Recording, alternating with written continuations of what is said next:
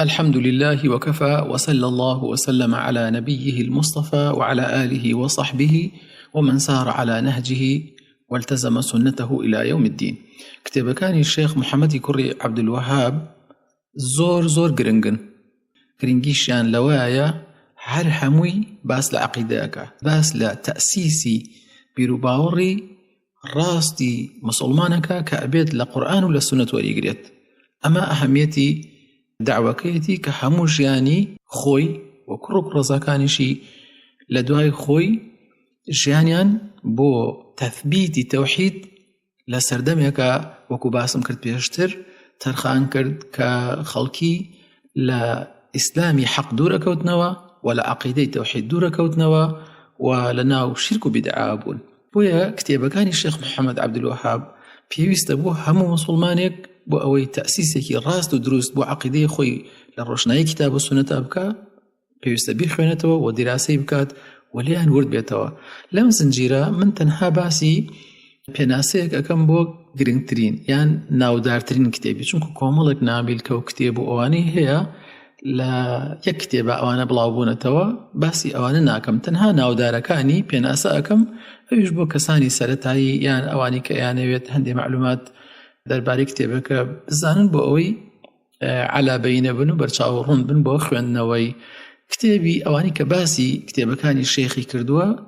بکو پێشتریش ئاماژەیەکمان کرد هەر ئەوانن کە باسی ژیانیان کردووە، بۆ نمونە تاریخ نەجد ئەوەی ئیبن غەنام، بۆ نمونە لە کتێبی الجامع الفەرید هاتووە، ئەمە کۆمەڵێک باسی کتێبی و ڕسائلی ئائمەی دەعواکە لە ضمن باسی شێخ کتێبەکانی شێخ محەممەدی کوڕی عەبدولوەهابیش ئەکا دوڕە ڕسەنیە باسی کتێبەکانی شێخی تایە، هەروەها ڕەوضەة الأفكار والأفهام لمرتاد حال الإمام، ئەمە کتێبەکەی ئەبن غەنامە، و هەروەها کتێبی تر بەگشتی ئەوانی کە باسی ژیانیان کردووە باسی کتێبەکانیشان کردووە.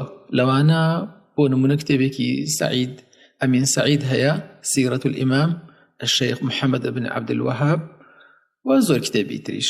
کتابی التوحيد كناوتواوكي بريتية لكتاب التوحيد الذي هو حق الله على العبيد، يكيك لا بناو بانترين ومهمترين كتابة كان الشيخ محمد كري عبد الله. ويكم كتاباتي كإثر لا جرينجيا لتسلسل كتابة كان يديت أم كتابة بريتية لا شصت حوت باب، أم شصت حوت بابا هر هموي لا أبواب عقيدة وهر هموي باسي توحيد كاتو مسائلێکی تر کە پەیوەستە بە تەوحیدەوە، وەکو بۆ نمونە هاوارکردن بە غەیری الله عز وجل، ئەو شتانی کە ئەبێتە هۆکار بۆ ئەوە، وەکو تەوەسل و دوعاکردن لە لای غەیری الله عز وجل، هەر کەسێ بێت و نەزرکردن و سەربڕینی حەیوان بۆ غەیری الله عز وجل و سحر و فاڵگرتنەوە و تەشاؤم و بێگومان کتێبەکە باسی ئیمان بە الله عز وجل و بە ڕۆژی دوایی و بە مەلائیکەتی و بە کتابەکانی الله عز وجل و بە ئەرکانی ئیمان هەمووی باسی تایە، و هەروەها تەبویبکردنی شێخیش بۆ کتابەکەی قریبەن وەکو تەبویبکردنی ئیمامی بوخاریە بۆ کتابەکەی بۆ صحیحی بوخاری، یعنی ئاەتێک ئەهێنێتەوە لە سەرەتا، حەدیثێک ئەهێنێتەوە، اینجا قولي سلف يعني قولي صحابي بتعيبت أهينته ولا سر أو بابي كدايناوه خوش جرينجي أم كتاب لوايا كهر حموي كوالكي أم كتابة بديتي لا اعتماد كردن لسر آية كاني قرآن وحديث كاني بيغمر صلى الله عليه وسلم كبقشتي حديثي صحيح هنا ولا تشن حالتي كما نبي أيش وكوزانان وتوانا بالبشتي هي لحديثي ترى بلام لهندي حديثي كما حديثي ضعيفي تاهي زور كم هاوكات وكوتمان بالبشتي هيا لحديثي ترى كمعناكي صحيحة. إن جاء أم كتابة مهم يكي لوايا وكو متنة، يعني متنك شرح لقرت بأسلوبك بخت، بأسلوبك رونو أشكرا، بقصي واضح، هيج تعقيدك تانية، هيج آلوزيك نية تاكسك نتواني ليتي بقى. هر بۆیە لەبەرەوەی ئەساسەکەی قورئان و سونەت بوو، یەکێکە لە ئەو کتێبانی لە مێژووی ئیسلامە وێنەی کەمالەوەی کە مسلمانان لەو ڕۆژەوە ئەم کتێبە نووسراوە چەند گرنگی پێدراوە، چەند بە زۆری ڕۆڵی بینیە لە ناو کۆمەڵگای موسڵمانانە، چەند زانایان گرنگیان پێداوە و شەرحیان کردووە، پەراوێزیان لەسەری داناوە، پوختیان کردوێتەوە، خزمەتیان کردووە و وەسفیان کردووە. شێخ عەبدوڕەحمان بن حەسەن ئالی شێخ لا كتابي فتح المجيد كشرح كتاب التوحيد الله جاء بديعا يعني أم كتابه في معناه من بيان التوحيد ببراهينه، وجمع جملا من أدلته لإيضاحه وتبيينه، فصار علما للموحدين وحجة على الملحدين، فانتفع به الخلق الكثير والجم الغفير. وراس شكر لمقصيا بالراس خلقانك زور لدرجاي تاريخ لو رجوك نسرا وتايستا سودي زوران لم كتاب بينيوه.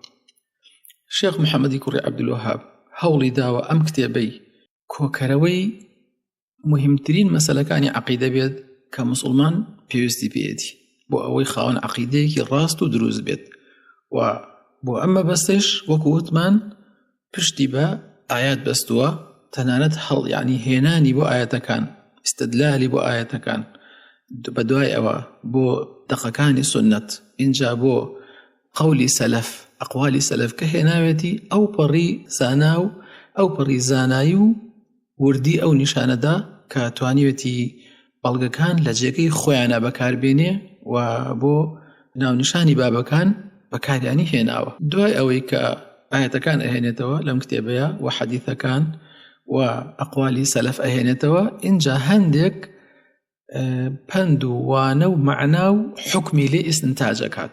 دەوری ئەو ئەمە بووە، یعنی ئیرادی بەڵگەکانەکات، دوای ئەوە ئیستنتاجی ئەحکامەکانەکات لە ئەو دەقانی کە هێناوێتی.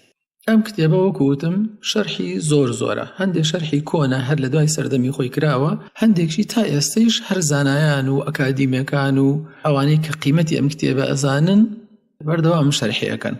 جا لە شەرحە ناودارەکانی هەرچەند هەندێکی ناودار نییە بەڵام سەرچاوەیە ئیتر، یعنی بۆ نمونە کتێبی الدر النضید، ئەمە کتێبی ئەحمەد بن حەسەن النەجدیە، کتێبی تەیسیر العەزیز الحەمید وەکو یەکێ لەو کتێبانی کە باسی ژیاننامەی شێخی کردووە ئەم شەرحانی باس کردووە، تيسير العزيز الحميد في شرح كتاب التوحيد، كتابي سليمان بن عبد الله. القول السديد في شرح كتاب التوحيد، أما هي الشيخ عبد الرحمن بن سعدية.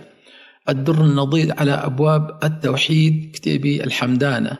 القول المفيد شرح كتاب التوحيد ابن عثيمين. الملخص في شرح كتاب التوحيد، كتابي فوزانة. هروها عبد الله القرعاوي كتابي كيه الجديد في شرح كتاب التوحيد. وكتابي فتح الله الحميد المجيد، كتابي حامد بن محمد بن حسنة. فتح المجيد أما كتابي مشهورة لشرح توحيدها. شرح كتاب التوحيد شيخ عبد الرحمن ابن حسن. هروها كتابي حاشية كتاب التوحيد لابن قاسم. ابن بازش شرحك لسر توحيد هي شرح كتاب التوحيد.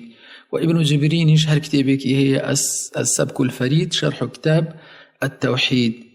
شرحي زور زورة أما بس مشهورة كان علي الخضيرش كتابك هي الجمع والتجريد في شرح كتاب التوحيد. لم دعيش كتابك لشرح توحيدها مشهور بو المسلك الرشيد إلى شرح كتاب التوحيد. كتابك أكاديمي برفراوانا بقشتي شرحك بسود ديارة أيوش. والحمد لله الذي بنعمته تتم الصالحات.